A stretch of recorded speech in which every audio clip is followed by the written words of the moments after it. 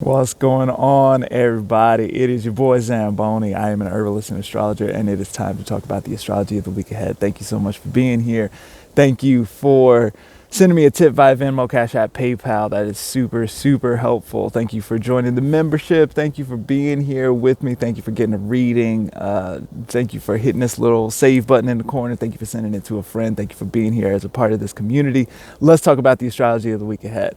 So, now we are into February, and we've got so we had this new moon in Aquarius, right? Which was like nice Saturn time, right? So we're back on thinking about Saturn, thinking about efficiency, thinking about scheduling and management and organizations and things of this nature. Thinking about power and hierarchy as well. Mercury and Venus both stationed direct. And so now we're moving forward again in Capricorn, thinking with the Saturn things, but not in view of Saturn, right? Saturn is in Aquarius, which is adjacent to Capricorn. So these two signs don't make an aspect to one another. So Saturn is in charge of what's going on, but can't necessarily see what's going on. This is one of the major themes that I wrote about in my monthly forecast, which is of course available at the link in my bio. I wrote about like how the lunation being the full moon and the new moon in Aquarius and the full moon in Leo, those are like straight up Saturn, like very on with Saturn, conjunct Saturn or opposite Saturn. But then kind of the bulk of what's going on, like what's happening this week, is largely not really paying attention to that Saturn, and there's not a lot of really major aspects this week, right? Mars is, moving along through Capricorn at regular old Mars speed, doing, Mars spends about 6 weeks in a sign, is going to spend about 6 weeks in Capricorn, doing real average Mars stuff, is hanging out with that Venus and hanging out with that Pluto and Mercury, right? And so we're going to start to see some motivation or some action orientation around those things that we've been thinking about. But this is real regular Mars stuff. Mars is going to make a trine this week to Uranus. That's like our most major aspect this week. Everything is kind of not making aspects to each other, right? We've got a bunch of stuff in Capricorn and we've got some stuff in Aquarius, and they can't see each other, even though they're both ruled by Saturn. And so a lot is happening that is behind the scenes in some kind of way. I'm thinking about air and fire signs. Those tend to be a little more yang in their presentation. They tend to be a little more outward, a little more sort of upward moving or like loud about stuff. Whereas the yin signs, the earth and the water signs, they typically will be a little more inwardly focused. They'll be a little quieter about things. They'll sort of like their way of exercising power is in the way that a mother exercises power over the future by generating a child with certain values, right? The effect is arguably more powerful than pushing on things and trying to make stuff happen, like trying to order the world around the way that a yang force might try to do. A yin force is arguably more powerful by creating the beliefs and core values of the future generations, but it's a quieter, more sort of like puppet mastery kind of approach to things, right? That is where we see a lot of the power moves taking place this month and this week, especially this week. We don't have a lot of, so we've got Mars in Capricorn making a trine to Uranus. The other thing that's happening in Capricorn that's big news is Mercury is now moving forward and is going to conjoin Pluto a third time. So we had Mercury conjunct Pluto on the way in during the shadow period, and then station retrograde came back, conjoined Pluto on the way back, station direct very close to Pluto within 3 degrees, and now moving forward again, going to catch that Pluto another time. So Pluto, even if it weren't in this blind aspect to Saturn, right? If it's in an adjacent sign, so Saturn can't see what's going on in the next sign over there. Even if we weren't in that position, then Pluto still likes to talk about occult things, things that are hidden, things that are secret, or underneath the surface, in the underworld, in the imaginal realm, perhaps in the spirit realm. We can think about a lot of times we start to hear about like the veil is thin during like Dia de los Muertos, or these kind of like dead celebrations and stuff like that. The idea of the underworld or the dead or the spirit world as kind of being the one place or something like this, however you want to think about that. But like Pluto refers to that stuff anyway all the time, in addition to being in a blind spot for Saturn. So so we've got this Mercury with Pluto. So Mercury tends to be the one who wants to do commerce, who wants to do communication, who wants to do transportation, all of our trans words, all of our back and forth, any of that sort of stuff, transmissions, that sort of stuff is going to be Mercury, right? So the communicative piece, or the perhaps the intelligence and the knowing, and the kind of like, we're not talking necessarily about like gnosis, like deep internal knowing. We're talking more about like kind of book learning and that this sort of way of approaching knowledge. This sort of stuff, data collection and data analysis, that sort of stuff gets Pluto occulted this week, right?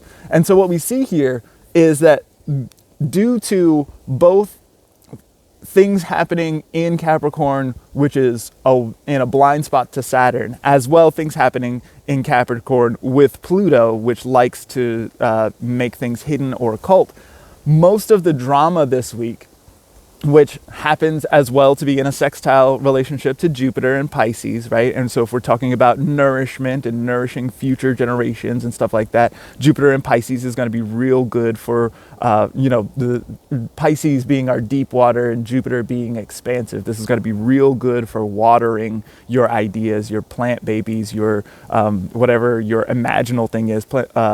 Pisces is also really good for dreams and the imagination and stuff like that. Nourish the imagination, right? And nourish as well, sextile to Taurus as well as Capricorn. Nourish the Uranus and Taurus, rebellious, want to try different things, want to experiment on stuff. And Capricorn, power moves, hierarchies, traditions, all of the core values that we have gone about reinterpreting and this sort of stuff during all the retrogrades. That stuff is also getting a nourishing sextile from this Jupiter. So while we see Mercury with Pluto, maybe doing something occult, maybe doing something hidden, maybe doing something a little sly or sneaky or something like this, we also see that the moves that are getting made here, which are occult, are maybe driven by the passions of an individual mindset, right? We can think about Mars and Venus together. Those are our passion planets, right? Oh, Mars is going to catch up to Venus this week. I suppose that's big news. They're not going to actually make the perfect conjunction. That doesn't happen for a while. I think that happens in Aquarius, at 0 Aquarius. But so there, this is those two planets, Mars and Venus. Those are our desire planets. Those are our passion planets. They're sometimes called personal planets. They have a lot to do with how you feel on the inside and how you feel about your specific iteration of this life or something like that. We're not talking about the kind of Jupiterian, like big picture, what's going on, and the joy of like helping others and this kind of thing. That's how Jupiter likes to get down. Venus is very personal about it. How do I feel about the thing? How does the thing taste in my mouth? That sort of stuff, right? Venus and Mars operate on this kind of plane. They also happen to be the planets which are closest to the Earth, which makes a bit of sense here. Or they kind of flank the Earth on either side, right? And so Venus and Mars are involved in this situation and maybe are motivated by things that motivate the hearts of individuals rather than being motivated by the, larger policy principles or this sort of like notion of altruism or something like this, right? More likely to be motivated by the hidden desires of one's heart. And so we can expect that and if things are motivated by the hidden desires of one's heart, then we can also expect that we're not necessarily going to hear about all that, right? Because there's going to be stuff that might not look good if you say it out loud or these kinds of things, right? So there's likely to be some hiding going on and maybe some masking one's own moves as people do what they can to move toward the things that they actually want in their hearts. And so if you've been doing the work recently during the retrogrades of sort of like coming to understand what really exists down in deep in this heart space, then you're more likely to move toward things in a sort of productive way or a constructive way, rather than this same phenomenon happening, but then Pluto can also look like addiction, it can look like obsession, it can look like doing the most, or it can look like things get shadowy and dark and occluded, and and so there is sometimes respite and sanctuary in the niche shadows and in the nooks, in the crannies, right?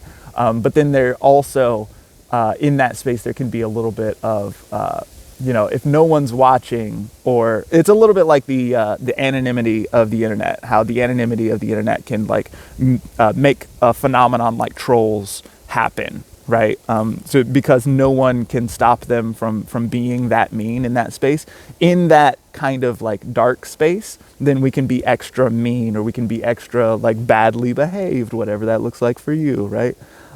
So I don't know. It looks to me like a pretty interesting week, but not in the super flashbang, like big media headlines and this sort of stuff. To me, it looks much more like the small things happening behind closed doors, and in those spaces generating longer term ways of being and ways of thinking with the imaginal that then go on to influence as we generate the better world that our hearts know is possible, the more beautiful world that our hearts know is possible. Shouts to Charles Eisenstein. Thank you so much for hanging out with me and listening to me ramble for a little while. I super appreciate y'all listening and checking it out. And make sure and read the monthly if you haven't done that. Make sure and send me a tip via Venmo, Cash App, PayPal. Super helpful. Please, what else can we do together? I do a membership where we work with desire super deeply and intensely, and we work toward generating a more beautiful world, as well as our own more beautiful lives and existences in this world. It would be super great for some of y'all to come out to that as well. So check out all of that, links in the bios. Super appreciate all y'all. Looking forward to seeing y'all next time. Have a good week.